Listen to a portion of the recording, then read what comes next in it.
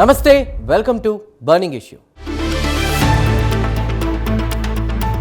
రాష్ట్ర రాజకీయాల్లో కులాల కుంపట్లు, పదవుల కోసం పాకులాటలు, ఇవే కదా మన నిత్యం చూస్తున్న రాజకీయాలు. కానీ ఆ నేత రూటే సపరేట్. పవర్ అంటే పోలీసుల సెల్యూట్లు కాదు, పల్లె ప్రజల తలరాతలు మార్చడం అంటున్నారు ఆయన. అసెంబ్లీ వేదికగా ఆయన ఇస్తున్న వార్నింగ్స్ ప్రత్యర్థులకు వణుకు పుట్టిస్తుందంటే ఆయన ఎంచుకున్నటువంటి శాఖలు, తీసుకుంటున్నటువంటి నిర్ణయాలు రాజకీయ పండితులను సైతం ఆశ్చర్యపరుస్తున్నాయి. అహంకారానికి ఆమడ దూరంలో ఉంటూ సరికొత్త రాజకీయానికి నాంది పలుకుతున్న ఆ నాయకుడు వేస్తున్న పొలిటికల్ అడుగులేంటి? కులం కవచంగా వాడుకునే వారికి ఆయన ఇస్తున్నటువంటి స్ట్రాంగ్ కౌంటర్ ఏంటి? Watch the story.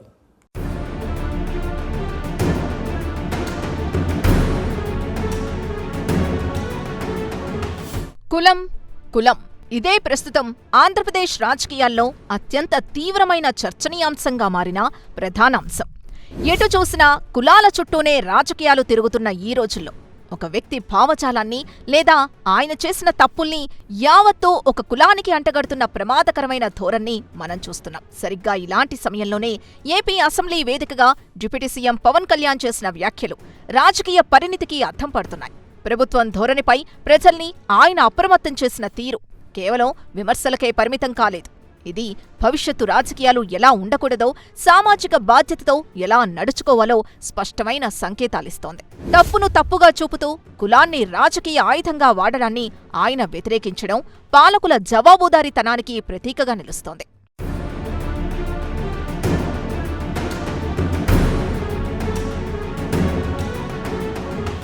కులాల వెనుక దాక్కునే ధోరణి భవిష్యత్తులో అంతిమంగా సామాన్య ప్రజలకే తీవ్ర నష్టం చేకూరుస్తుందని ఆయన చెప్పడంలో ఒక లోతైన సామాజిక విశ్లేషణ దాగుంది. చేతులు కాలేక ఆకులు పట్టుకున్నట్లు సమాజం కులాల వారీగా విడిపోయి అభివృద్ధి కుంటుపడి తీరని నష్టం జరిగిన తర్వాత బాధపడే కంటే ముందే మేల్కొనడం అత్యంత ఆవశ్యకమని ఆయన వాదన. విభిన్న కులాల నుంచి వచ్చిన ప్రజలందరూ ఐక్యంగా ఉంటేనే ఇలాంటి తప్పుడు ఆలోచనల్ని, స్వార్థపూరిత విభజన రాజకీయాల్ని సమూలంగా మార్చగలమనేది ఆయన వ్యూహాత్మక ఆలోచన.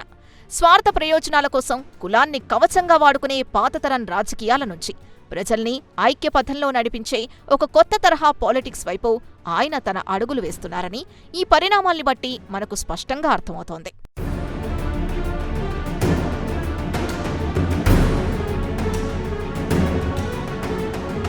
నేటి ఆంధ్రప్రదేశ్ కూటమి ప్రభుత్వంలో పవన్ కళ్యాణ్ పాత్ర అత్యంత కీలకమైంది అనడంలో ఎలాంటి సందేహం లేదు. చెప్పిందే వేదం, చేసిందే చట్టం అన్న స్థాయిలో ఆయన అఖండ ప్రజాబలంతో ఎవరూ ఊహించని మెజారిటీతో నిలబడ్డారు. కానీ ఆయన తనకు దక్కిన ఈ అద్భుతమైన అవకాశాన్ని వ్యక్తిగత ప్రతిష్ఠ కోసం కాకుండా ప్రజల పట్ల ఒక గురుతర బాధ్యతగా మలుచుకున్నారు. అధికారం చేపట్టిన నాటి నుంచి నేటి వరకు ఏనాడు ఆయన అహంకారాన్ని తన దరి చేరనివ్వలేదు. సరికదా, అధికార దర్పం, హంగు, ఆర్భాటాలకు ఆమడ దూరంలో ఉంటూ కేవలం పరిపాలనపైనే తన పూర్తి దృష్టిని సారించారు. ఒక అత్యున్నత పదవిలో ఉండి కూడా తన పరిమితుల్ని గౌరవిస్తూ రాజ్యాంగ వ్యవస్థ పట్ల ఎంతో వినయంతో మెలగడం ఆయనలోని అసలైన రాజనీతిజ్ఞతకు ప్రబల నిదర్శనంగా చెప్పుకోవచ్చు.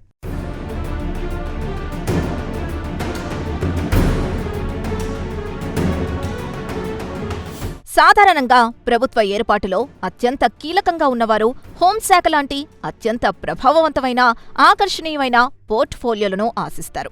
తనకున్న క్రేజ్తో తన సినీ హీరోయిజాన్ని నిజ జీవిత రాజకీయాల్లోనూ సునాయాసంగా చూపించగల అవకాశం పవన్ కళ్యాణ్కు పుష్కలంగా ఉంది. ఆయన కోరుకుంటే ప్రభుత్వంలో చక్రం తిప్పగలిగే స్థాయిలో ఉన్నప్పటికీ ఆ మార్గాన్ని ఆయన ఎంచుకోలేదు. ఎందుకంటే అధికారం అంటే కేవలం పోలీసుల సెల్యూట్లు, కాన్వాయ్ల హడావిడి కాదు, క్షేత్రస్థాయిలో నిరుపేద ప్రజల తలరాతలు మార్చే ఒక గొప్ప అవకాశమని ఆయన బలంగా భావించారు.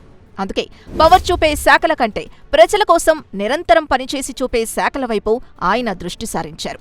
ఈ నిర్ణయం ఆయన అకౌంటబిలిటీని, ప్రజాసేవ పట్ల నిబద్ధతను తెలియజేస్తోంది.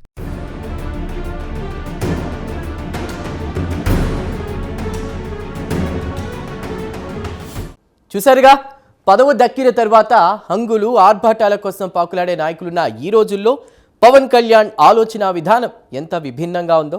ముఖ్యంగా ఆయన మంత్రిత్వ శాఖలో పవర్ఫుల్ పోర్ట్ఫోలియోలు వదిలేసి ఎవరూ పెద్దగా పట్టించుకొని గ్రామీణ శాఖలను ఎందుకు ఎంచుకున్నారో తెలుసా? ఆ నిర్ణయం వెనుకున్నటువంటి అసలు దార్శనికత, పల్లెల ప్రగతి కోసం ఆయన పన్నుతున్నటువంటి వ్యూహం ఏంటో ఇప్పుడు చూద్దాం.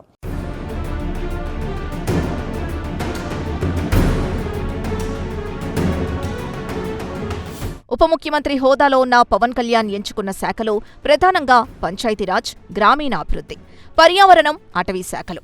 రాష్ట్ర గత చరిత్రను గమనిస్తే ఈ శాఖల నిర్వహణపై అగ్రనేతలెవరూ పెద్దగా దృష్టి సారించలేదనేది స్పష్టమవుతోంది. దశాబ్దాలుగా కేవలం నామమాత్రపు శాఖలుగానే మిగిలిపోయిన వాటికి ఆయనిప్పుడు కొత్త జీవం పోస్తున్నారు. వాస్తవానికి ఆంధ్రప్రదేశ్ ఆర్థిక వ్యవస్థకు అసలైన పట్టుకొమ్మలు ఈ గ్రామీణ శాఖలే అన్న సత్యాన్ని ఆయన గ్రహించారు. కేవలం కాసుల కోసమో, హోదా కోసమో కాదు అన్నట్టుగా ఆయన తీసుకున్న ఈ నిర్ణయం చూసి తొలినాళ్లలో రాజకీయ వర్గాలు సైతం ఆశ్చర్యపోయినా ఆ నిర్ణయం వెనుకున్న ఆయన దార్శనికత ఏంటన్నది ఇప్పుడు అమలవుతున్న విధానాల ద్వారా ప్రజలందరికీ స్పష్టంగా తెలుస్తోంది.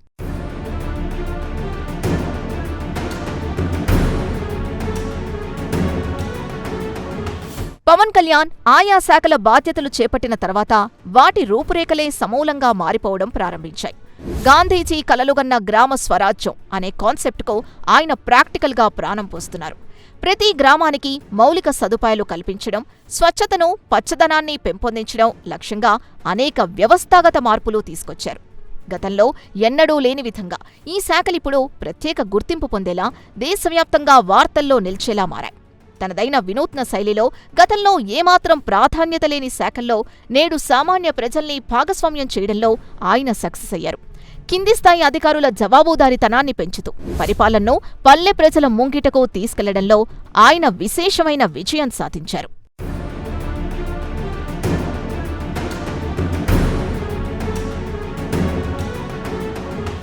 ఆంధ్రప్రదేశ్ రాష్ట్రం ప్రధానంగా పచ్చని గ్రామీణ వాతావరణంతో, వ్యవసాయ ఆధారిత ఆర్థిక వ్యవస్థతో నిండుంది. ఈ కీలకమైన నేపథ్యంలో పంచాయతీరాజ్ శాఖకు రాష్ట్ర ప్రభుత్వ బడ్జెట్లో భారీగా నిధుల కేటాయింపులుండేలా చూడటం కూటమి ప్రభుత్వం తీసుకున్న అత్యుత్తమ విధాన నిర్ణయంగా చెప్పవచ్చు. ప్రభుత్వ నిధులుంటేనే గ్రామాల్లో రోడ్లు, డ్రైనేజీలు, తాగునీరు లాంటి కనీస వసతులు మెరుగుపడతాయన్న వాస్తవాన్ని పవన్ కళ్యాణ్ ముందుగానే గుర్తించారు. పల్లెల ప్రగతికి అవసరమైన ఆర్థిక ఇంధనాన్ని సమకూర్చడంలో ఆయన చూపిన పట్టుదల వల్లే నేడు రాష్ట్రంలోని గ్రామ పంచాయతీలు కొత్త ఊపిరి పీల్చుకుంటున్నాయి. స్థానిక సంస్థల బలోపేతం ద్వారా రాష్ట్రాభివృద్ధికి ఇది ఒక పటిష్టమైన పునాదిగా మారుతుందని ఆర్థిక నిపుణులు సైతం విశ్లేషిస్తున్నారు.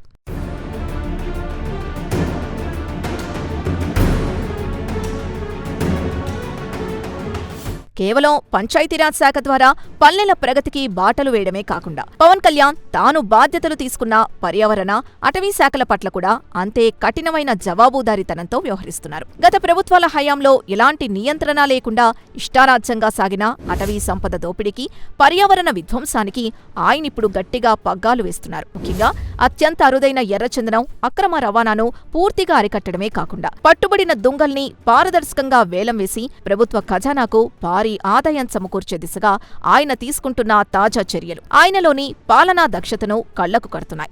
నిబంధనలు ఉల్లంఘించే పరిశ్రమలపై చర్యలు తీసుకుంటూ కాలుష్య నియంత్రణ మండలిని ప్రక్షాళన చేయడం, అటవీ భూముల ఆక్రమణలపై ఉక్కుపాదం మోపడం లాంటి నిర్ణయాలు ఆయన చిత్తశుద్ధికి నిదర్శనం. ప్రకృతి వనరుల్ని కాపాడుకోవడం భవిష్యత్ తరాలకు మనమిచ్చే అతిపెద్ద ఆస్తి అని బలంగా నమ్మే ఆయన పర్యావరణ పరిరక్షణలో రాజీలేని పోరాటం చేస్తున్నారు.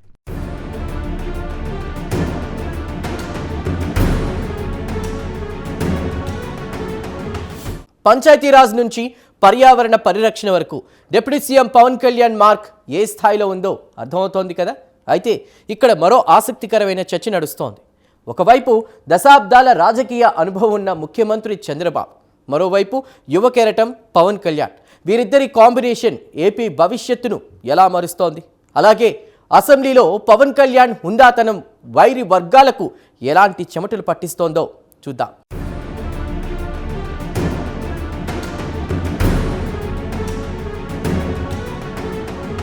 ప్రస్తుతం ఏపీ రాజకీయ ముఖచిత్రాన్ని గమనిస్తే రాష్ట్రం అంటేనే ఒకవైపు అపార అనుభవం ఉన్న విషనరీ లీడర్ ముఖ్యమంత్రి చంద్రబాబు నాయుడు, మరోవైపు ప్రజల్లో అమితమైన ఆదరణ ఉన్న పవర్ఫుల్ పొలిటీషియన్ పవన్ కళ్యాణ్ అన్నట్లుగా సమీకరణాలు మారిపోయాయి.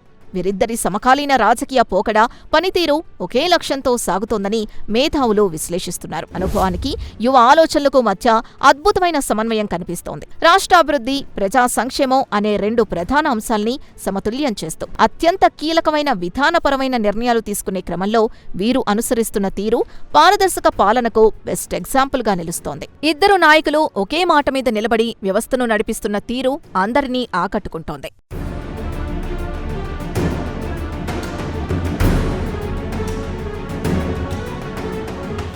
ఇక్కడే రాజకీయ విశ్లేషకులు మరొక ఆసక్తికరమైన చారిత్రక అంశాన్ని కూడా ప్రముఖంగా ప్రస్తావిస్తున్నారు. ముఖ్యమంత్రి చంద్రబాబు సుదీర్ఘ రాజకీయ జీవితం కూడా తొలినాళ్లలో గ్రామీణ ప్రాంతాలతో ముడిపడిన తర్వాతే ఒక గాడిలో పడింది. నాడు ఎన్టీఆర్ ప్రభుత్వంలో కర్షక పరిషత్ విభాగాన్ని అత్యంత సమర్థవంతంగా నిర్వహించడమే ఆయనలోని రాజకీయ పరిణితికి, భవిష్యత్తు నాయకత్వ లక్షణాలకు తొలిమెట్టుగా మారింది. ఇప్పుడు పవన్ కళ్యాణ్ తీసుకున్న నిర్ణయం కూడా నాడు చంద్రబాబు అనుసరించిన ఆచరణాత్మక తీరుకు అద్దం పడుతోంది. గ్రామీణ ప్రజలతో మమేకం కావడం ద్వారానే వ్యవస్థలో బలమైన, సుస్థిరమైన మార్పులు తీసుకురాగలవన్న వాస్తవానికి ఈ ఇద్దరు నాయకుల ప్రస్థానం ఒక ప్రబల నిదర్శనంగా మన కళ్ల ముందు కనిపిస్తోంది.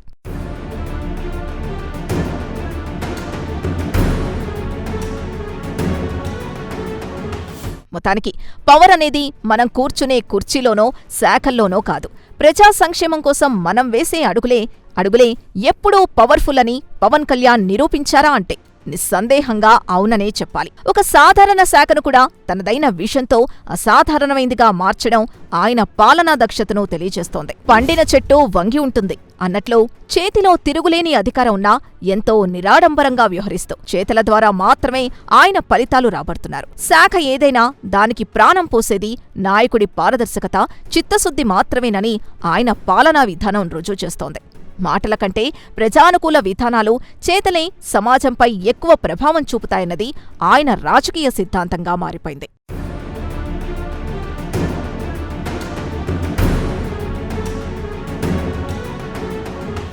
ఇక తాజా అసెంబ్లీ సెషన్స్ తీరును గమనిస్తే పవన్ కళ్యాణ్ ఒక సరికొత్త హుందాతనంతో కూడిన డిఫరెంట్ రోల్లో నిలబడ్డం రాష్ట్ర ప్రజల్లో పెద్ద ఎత్తున సానుకూల చర్చను రేకెత్తిస్తోంది. వైరి వర్గాల్ని సైతం విస్మయానికి గురిచేసేలా ఆయన కేవలం ప్రజా సమస్యలపైనే నిష్కర్షగా మాట్లాడుతున్నారు తప్ప ఎక్కడా తన వాగ్దాటి బ్యాలెన్స్ తప్పలేదు. అసభ్యకర వ్యాఖ్యలకు, నిరాధారమైన వ్యక్తిగత దూషణలకు ఆయన ప్రసంగాల్లో ఏమాత్రం తావులేదు. ఆయన మాటల్లో ఉన్నదల్లా కేవలం రాష్ట్ర ప్రయోజనాలు, వాస్తవాల్ని ప్రజలకు చెప్పాలన్న తపన మాత్రమే. ప్రతిపక్షాలపై విమర్శలు చేసే సమయంలో కూడా ఆయన ప్రదర్శిస్తున్న హేతుబద్ధత, నిబద్ధత నేటి రాజకీయాల్లో ఒక కొత్త ఆదర్శాన్ని, ఆరోగ్యకరమైన వాతావరణాన్ని నెలకొల్పుతోందని చెప్పవచ్చు.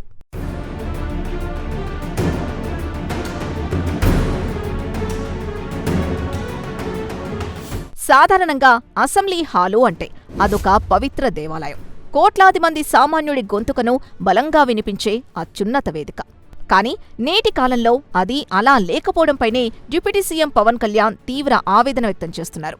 ఎంతసేపటికి స్వార్థ రాజకీయాలు, దూషణలకు ఇస్తున్న ప్రాధాన్యత, అసలైన ప్రజా సమస్యలకు ఇవ్వడం లేదనే కోణాన్ని ఆయన విధానపరంగా తీవ్రంగా ఖండిస్తున్నారు. నేను గొప్ప నాయకుణ్ణి అన్న భేషజాలకు తావు లేకుండా నేను నాయకుణ్ణి కాదు, కేవలం మీ సేవకుణ్ణి అని పదే పదే చెప్పడం ఆయనలోని రాజకీయ జవాబుదారీతనానికి పరాకాష్ట.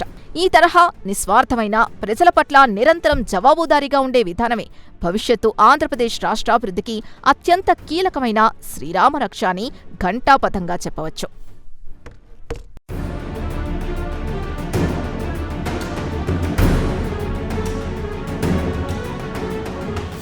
అసెంబ్లీ అంటే కేవలం స్వార్థ రాజకీయాలకు వేదిక కాదు, కోట్లాది సామాన్యుల గొంతుక వినిపించే పవిత్ర దేవాలయమని పవన్ కళ్యాణ్ చేతల్లో నిరూపిస్తున్నారు.